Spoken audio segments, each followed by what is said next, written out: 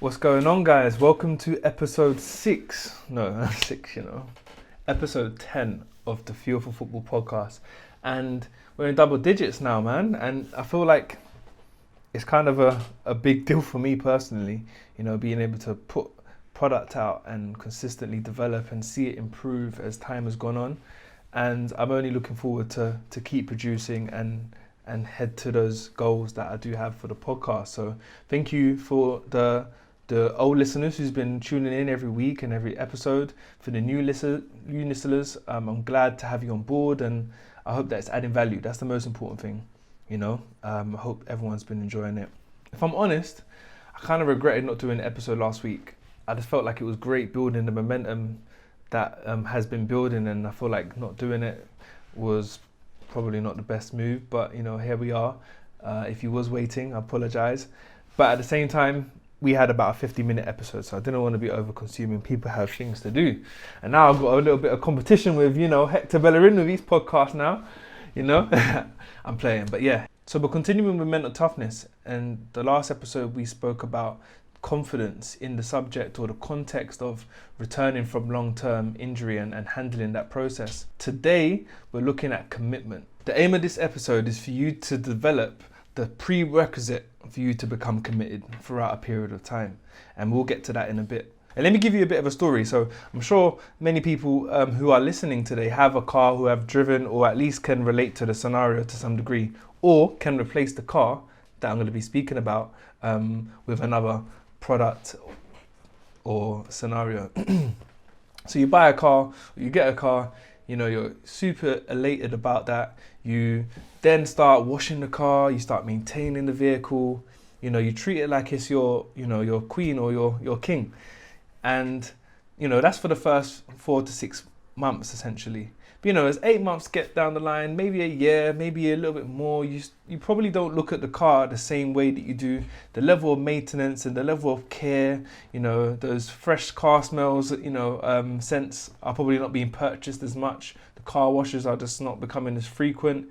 And that's because you're used to the vehicle, And then it even may get to a point where you start looking at the car, or maybe start looking at other vehicles with more interest. And that's normal for us human beings. We definitely get to a point where we get bored very easily. And that's because the prerequisite that we're going to be talking about today is not applied. So let's convert that into a football scenario. So you come to a new club, or maybe you actually start a pre-season. Everyone starts pre-season raring to go. You might have done a pre-season, which I think is great for players to be doing, but you come back sharp, you're developing, you might be doing extras, you're excited to be back, you got your tan, like the motivation is quite high. So your level of commitment to whatever you'll be trying to do during pre-season is going to be quite high. It's when the season starts going and it gets a little bit colder, and you're doing the same thing, the routines over and over again, and it seems quite routine, it seems quite automatic. You kind of just get caught in the habit of just doing the norm, and that's where commitment becomes something that is a challenge. Maybe it could be a scenario of your team, it could be a scenario of maybe your playing opportunities, and that those factors will then challenge your ability to commit. If you're not playing, it's easy for you to feel like, what is the point in you going all out if you're not going to play anyway? Those are easy things for you to think of. But the way that you combat that thought and feeling and that mental challenge is for you to have an embedded philosophy that you live with. What is a philosophy? A philosophy is essentially your identity that you live by. And because you live by that philosophy, because that makes who you are, your behavior then follows to match that philosophy. Let me give you a football example. Let's talk about a football team with a great identity, Stoke City.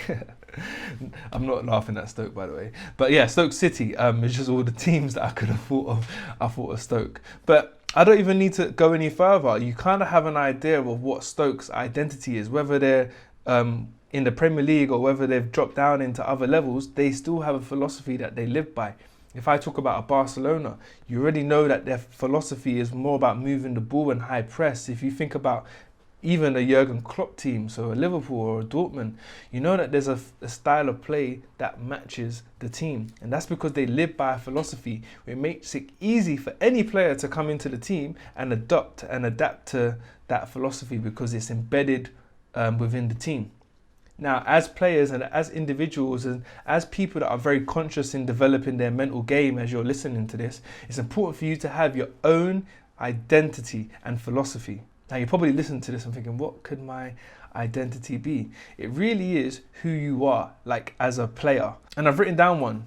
And so maybe this can give you a bit of an idea, and I can break it down once I've explained it. So a philosophy could be for a number 8 or a number 10 is I'm a playmaker that loves to break the lines of defense and get among the goals.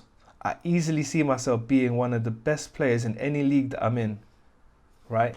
And that's something that's a philosophy within you. So you know you're a playmaker, you love to get in between the lines, and you love to get amongst the goals. Which means as a player, you need to be able to maintain yourself and develop and keep pushing yourself to a point where you can get yourself in between the lines, so movement's important, but then also for you to get among the goals, whether you're scoring or assisting, that needs to be a part of your game that cannot go. It has to be something that's embedded inside of you and almost so automatic and regular to a point where people could even identify that identity and philosophy about you, just like the teams, for instance. So once you have a philosophy and you kind of have an idea of who you are and what you bring to your team and what you kind of bring to whatever league you're in and where you are, and maybe not in comparison to other players, but what makes you stand out? What's your unique feature? What is it about you that makes you you and makes you effective? That needs to be your philosophy. And by having that philosophy, you're then able to start placing more short-term goals and more strategies that you can apply every month, every week for the season that you work towards. Let's just go from a philosophy. The next realistic step for you is to have a season goal. So let's think about the playmaker that I've just written down about. This season goal might be to contribute to 20 goals in all comps, right? And 20 goals and contributing to that could be goals or assists. So 20 goals for a season could be this playmaker's goal. Cool, that's fine. Leave that now because that doesn't matter because that's a 9-month target, okay? And then you break that down into a monthly target. So what did I write down for an example for this monthly target? 3 goals and or assists. So this guy's got to be playing and working towards 3 goals and assists. So this is assuming that this player is getting regular game time. If you're not getting a regular game time, then you want to break that into something that's a little bit more realistic. Maybe you get in the game time, getting a number of certain appearances or starts, and then you break down what your monthly target would be. So monthly target, 3 goals and or assists, and then breaking it down again into a weekly target is to maybe have a number of key passes in a game. So have that as a target for your weekly match day strategy. So what could you be doing from training that will allow you to then get to the point where you're producing key passes? So you might want to replicate that. You might want to have a mentality where you're not leaving training until you've done a certain amount of key passes. And maybe you might want to practice different phases of play afterwards as a form of extras. And that is the start for you to really work towards commitment in both forms. So this is almost like the start. You need a philosophy. You need that identity so that when challenging moments do come, when you're not getting the game time, or when your team is not going through the best form, or maybe you're not going through the best form, you know that you're a playmaker, you know that you get in between the lines, you know that you want to get more within the goals, then you start committing to those features of the game that you want to work towards. Now, me mentioning having a philosophy sounds quite simple to say, and it is. I guess a lot of the times they say that football is the most simple game, but it's us that make it complicated. In terms of this and developing mental toughness, it's a simple adoption of strategies, but you go and speak to a player and ask what their philosophy is, you're going to hear a lot of ums. So if you're listening here, it's not hard to do. Make your own philosophy and start working on that. And you'll be surprised at what a small thing and a small application that you would do today will contribute to success in the season. I was then thinking about who could be a great person to speak to in terms of a guest. And I've got a documentary coming soon, which will be exploring the life and the journey of under 23s football. I actually got a documentary that's coming out this Thursday, so check it out. It's going to be on a boxer who's fighting and the mindset in that, so definitely check that out. We'll be premiering that on Thursday. Look at me plugging all my stuff. But anyway, as I was thinking what player would really be beneficial to add value to the term or the concept of commitment, I thought that under 23s levels is a really great period, or even a great example of how a player could be committed. Under 23 levels is the bridge from academy football to first team football, but it's easy for you to become comfortable at that stage. And so I think it'll be great to speak, or I thought it would be great to speak to someone that's at under 23 levels that's had to kind of physically challenge or consciously challenge themselves in order for them to stay committed, in order for them to stay improving and developing. So I'm speaking to my man that I've met working with Southend, and he's got a great mindset, and he's really got an incredible story in terms of how he got himself back into pro football. So it'd be great to speak to him to find out the challenges of under 23s football and how that challenges your commitment levels and how he navigated through that whole process. And I'm speaking to Henry Burnett, who's of Southend, well, as of last season at least, and it'll be great to get his perspective, and hopefully that adds value to you guys. So I'm here with Henry Burnett. How you doing, my guy? I'm very good. How are you? Not too bad. So you're of Southend United in terms of where you've been playing last season, and you've been doing a lot of your work at the under 23s. Correct. Yep. Yeah. So my affiliations with Southend is the reason why we know each other and met. How was your season? It was good. Like it was a good experience, Sanchez. I know obviously we spoke about what I've been through in the past and whatnot. So I was out for quite some time, 2.5, 3 years. I won't go into it too much. And that was my first club since injury. You know, I went training there. I just originally went training there, just to get fit and get back from my injury and get back into the flow of things. And fortunately, got offered a deal. And it was wicked, man. I really enjoyed it. It was, you know, a brilliant level of football. You're playing at a professional club and playing at 23s level, so I'm playing against good players week in, week out. And yeah, I really enjoyed it. I've got nothing bad to say about it, my experience there at all. I really liked it. Yeah. And as you know, we spoke about what this whole program is. We're doing mental toughness, right? And the last episode, funny enough, was on confidence, but also confidence in the subject of handling long-term injury. And I know that you just said that you've gone through that, and yes, this is not the subject for today. However, your story is quite an incredible and unique story anyway. You know, so just for the people that are listening and probably not aware of your story, you had an injury from academy football, had you out for what, nearly 2 years, you said? No, nearly 3.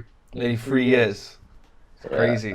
And you came back and got yourself a contract. So if you was to summarize that, what injury did you have? How did you even go through that whole process? It was horrible, honestly. Picked up an ACL injury when I was just turned 17. I was just finishing my scholar at Dagenham Redbridge. I was fortunate enough to go and be training with Nottingham Forest.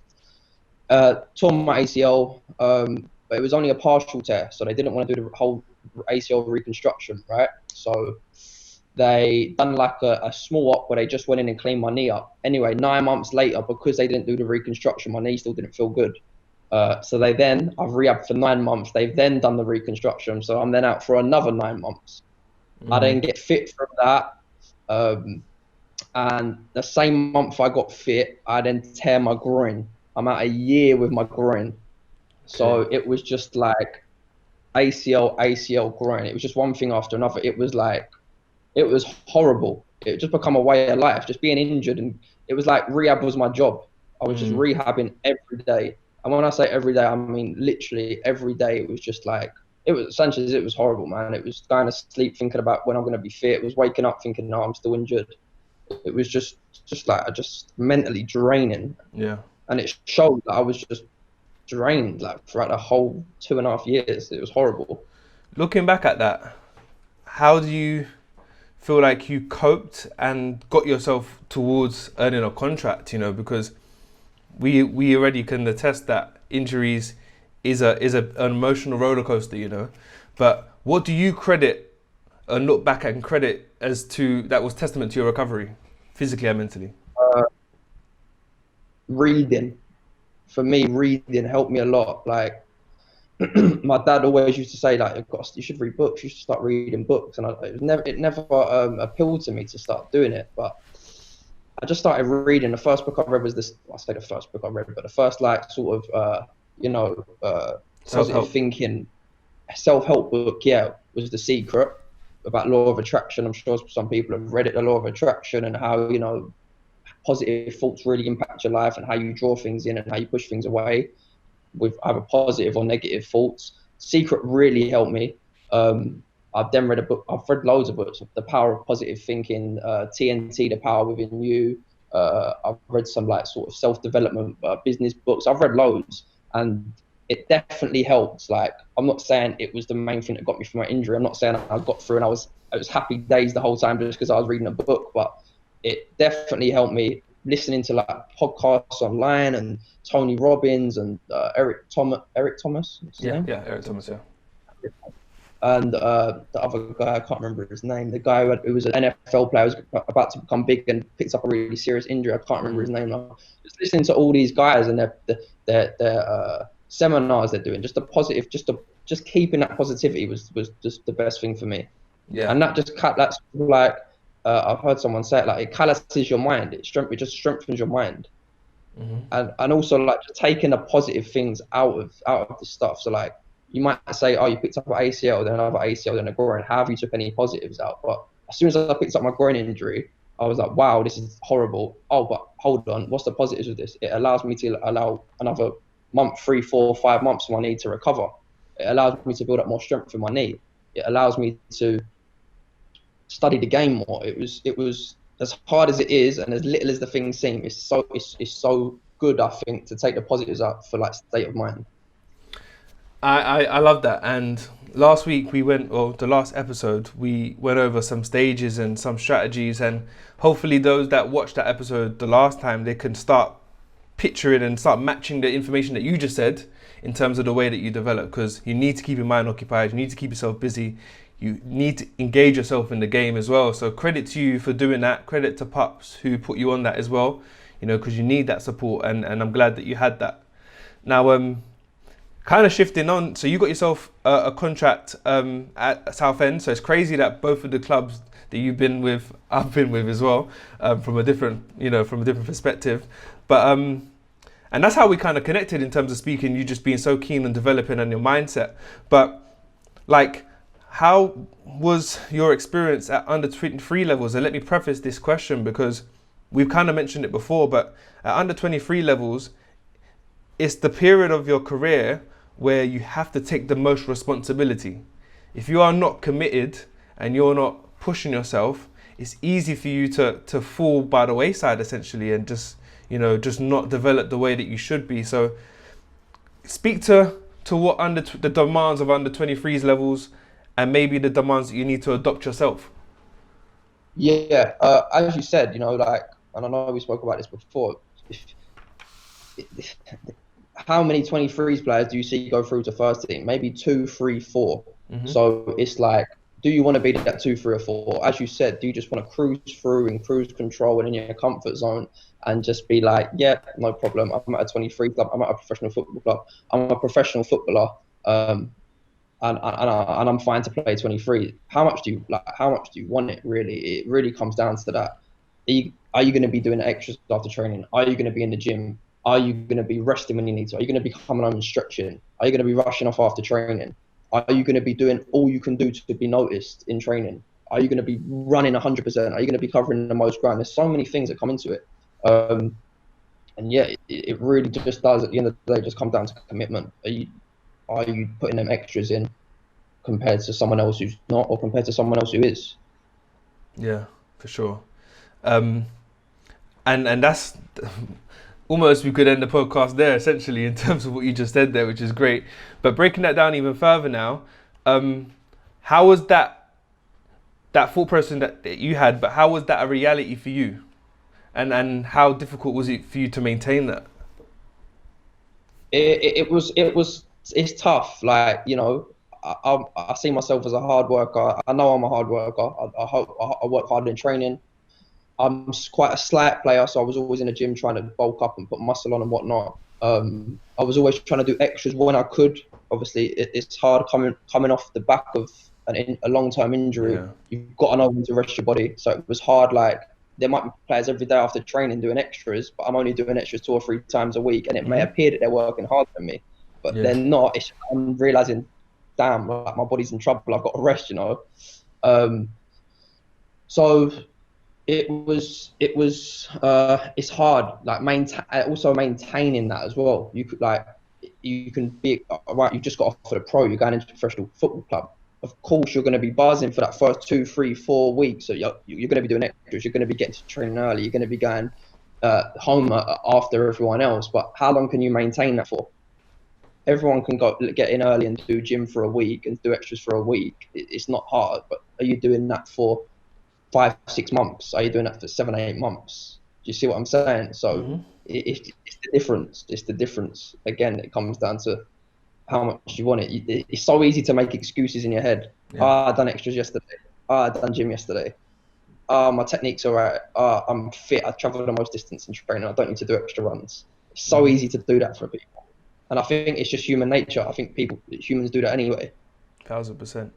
I love that you said that. And like, there's 2 different types of commitments essentially, because what we're talking about is almost like the off the field commitment at the moment, right? And I feel it's not even I feel, but the best way for you to really maintain a level of commitment is really to start off with by having a personal identity and a philosophy. Why do I say that? Because if I mention a few teams to you right now, if I mention maybe a Manchester City, if I mention a Barcelona, or maybe even current, if I mention a Stoke City, you identify them by their philosophy.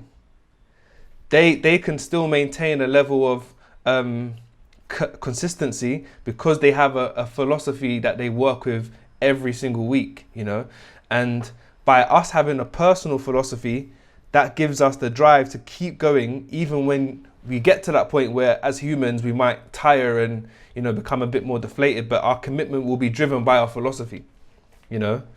Now, for you coming back into professional football, what was your goal essentially, or what was your driving force for the season that just transpired? I wanted to, first and foremost, and I know many people probably wouldn't say this, but stay fit. I just wanted to stay fit for the season. I wanted to, and as you talk about personal identity, it's funny you say that, because coming off the back of a 2.5, 3-year injury, like, you sort of forget your identity in a way. And I'm talking in terms of pitch-based, like, you know, knowing the sort of the player you are, knowing what you're good at, what you're bad at. I had to sort of find myself again, if you get what I'm saying. And also, things change, you know. Things change over the time you're injured. I may have got quicker, I may have got slower, I may have got bigger, I may have got less agile. So it's just, again, was finding that. My goals, I wanted to be in the first team by the end of the season. I wanted to, as I said, stay fit. And that was pretty much it. I wanted to be in the first team. I wanted to be playing first team football. You know, I'm 21. I signed for Southampton when I must have been 20, so I turned 21 maybe. I'm August baby, so I turned 21 just as I signed, and I wanted to be in the first team. I knew I needed to be. Unfortunately, that I didn't make it into the first team. I trained maybe a few times with them, but you know, it's football at the end of the day. There's players that they prefer. There's players that they see suit their philosophy. There's players that, they may have preferred over me, you know. So there's so many factors as to why that can't happen, but the most important thing is to control the things that you can do, which the first thing you said was staying fit and knowing your identity. Do you feel like you achieved that this season or during your tenure? Yeah, I do. Yeah, no, I do. I really manage my body well, like in terms of nutrition, in terms of coming home, and I was stretching so much, like in terms of like foam rolling, stretching, I started ice bathing like every day, which I hate ice baths. Yeah, like I really managed my body well, which I think I picked up like a little quad injury, like tiny. I think I picked up my groin was tight, my glute was tight, like 2 or 3 week things, But yeah, overall, I've just come back from 2 or 3 years out with an operation on my knee and then also an operation on my groin. So I was happy to be able to maintain that and keep that strong and whatnot. And in terms of identity, yeah, I feel like I maintained a good identity for myself. Like I think I'm seen as sort of like a ball playing midfielder, decent on the ball, technically good. I feel like I maintained that, or showed that's what I'm about, kind of thing. Yeah. Excellent. And now I'm actually quite intrigued as to, now that you can consistently stay fit, you maintain that now. I guess the next step for you, from what you probably just said, is first team action now. Just getting yourself in the midst of first team football, testing your physicality, I guess, in the demands what first team presents. I really like the information you gave. I really admire your mindset, essentially, because the things that you have gone through and going through disappointments and setbacks as well, the way that you've combated that in a way to empower yourself. That's all that I say. That's all that my message is all about, and credit to you for being able to do that. And I guess now it's just you pushing yourself in a direction in your career where, maybe even bigger than what you imagined, and commitment's going to be one of those things that you need to apply on a daily basis, weekly basis and monthly basis, and all in different areas. Overall, your overall goal is to get first team action, so that's something that you kind of leave that goal to focus on the small sub goals to get there. Yeah, that's true. Yeah, I'm looking forward to seeing that happening. Yeah, so I might. I'm sure it will. I like to think positive. I like to speak into existence. So I'm sure what I'm hoping for will happen. Yeah, just hard work and keeping at it, and doing well, hopefully. Appreciate it, man. Well, Henry, look, thank you for your time. I won't take too much. Enjoy your game. I personally would prefer Chelsea in the final, so I'm hoping that you would lose today. You would. But no, good luck, man.